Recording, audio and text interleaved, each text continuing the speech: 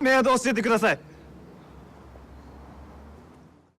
우리는 만남이 있기에 헤어지게 되고 헤어짐이 있기에 또 다른 만남이 있듯이 이처럼 우리는 필연적인 삶을 살아갑니다. 그렇다면 과연 이러한 필연성은 어디에서 오는 걸까요?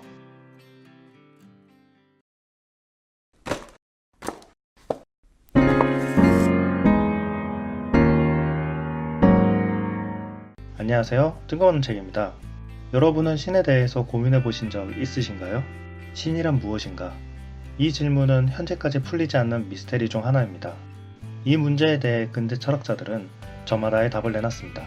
이 영상을 시작으로 근대 철학자들이 신에 대해 어떻게 생각했는지 차근차근 알아볼까 합니다. 우선 첫 번째로 독일 철학자 니체가 존경한 철학자이자 유대인이지만 자신의 사상 때문에 유대교에서 파문당한 철학자인 스피노자의 신에 대해 얘기해 보겠습니다. 스피노자의 신은 다른 근대 철학자들이 얘기하는 신과는 다릅니다.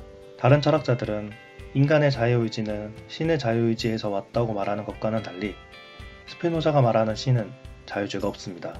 아니, 신에게 자유의지가 없다니 이게 무슨 소리일까요? 이 대답에 앞서 우리는 스피노자가 신에 대해 어떻게 얘기하는지 알아야 합니다. 스피노자의 저서 에티카 제1부 신에 대하여에서 신에 대해 이렇게 얘기합니다. 자기의 원인이란 그것의 본질이 존재를 포함하는 것 또는 그것의 본성이 존재한다고 생각할 수밖에 없는 것이라고 이해한다. 존재하는 모든 것은 신 안에 있으며 신 없이는 아무것도 존재할 수도 또 파악될 수도 없다. 여기서 자기의 원인이란 나를 설명하기 위한 근거가 나라는 겁니다. 이해를 위해 사람을 말해보죠. 우리는 나를 설명하기 위해 이것저것 가져옵니다. 예를 들어 강력 형사 서도철 형사님 박수. 철없네. 이처럼 우리는 나를 설명하기 위해 다른 어떤 것에 도움이 있어야만 나를 설명할 수가 있습니다. 하지만 신은 그렇지 않아도 된다고 합니다. 왜냐고요? 존재하는 모든 것은 신 안에 있으며 이 문장에서 스피노자가 말하고자 하는 신의 형태를 찾을 수 있습니다. 스피노자에게 신은 세상을 만들고 그 세상을 지켜보는 종교적 신이 아닙니다. 그에게 신은 이 세상, 즉 자연이나 우주 그 자체입니다.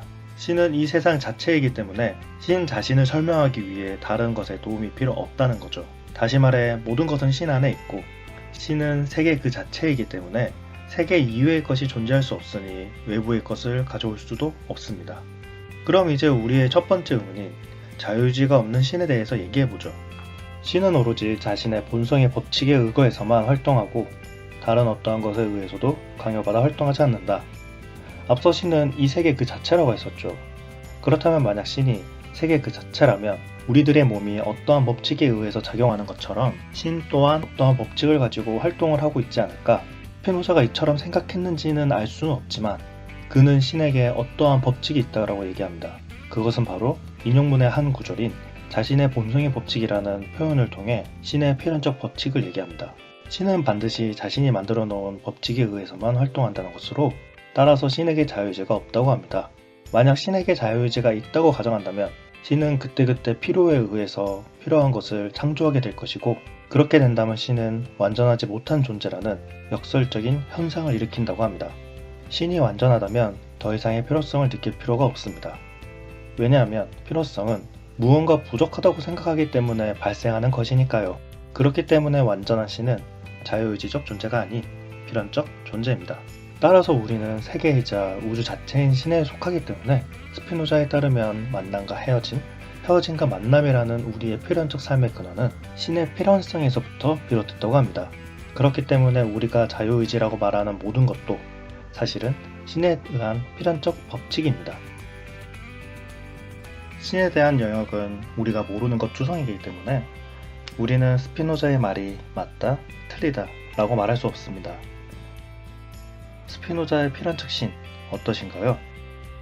여러분의 신은 어떠한 존재인가요? 뜬금없는 책의 다음 영상이 궁금하시다면 구독과 알람 부탁드립니다.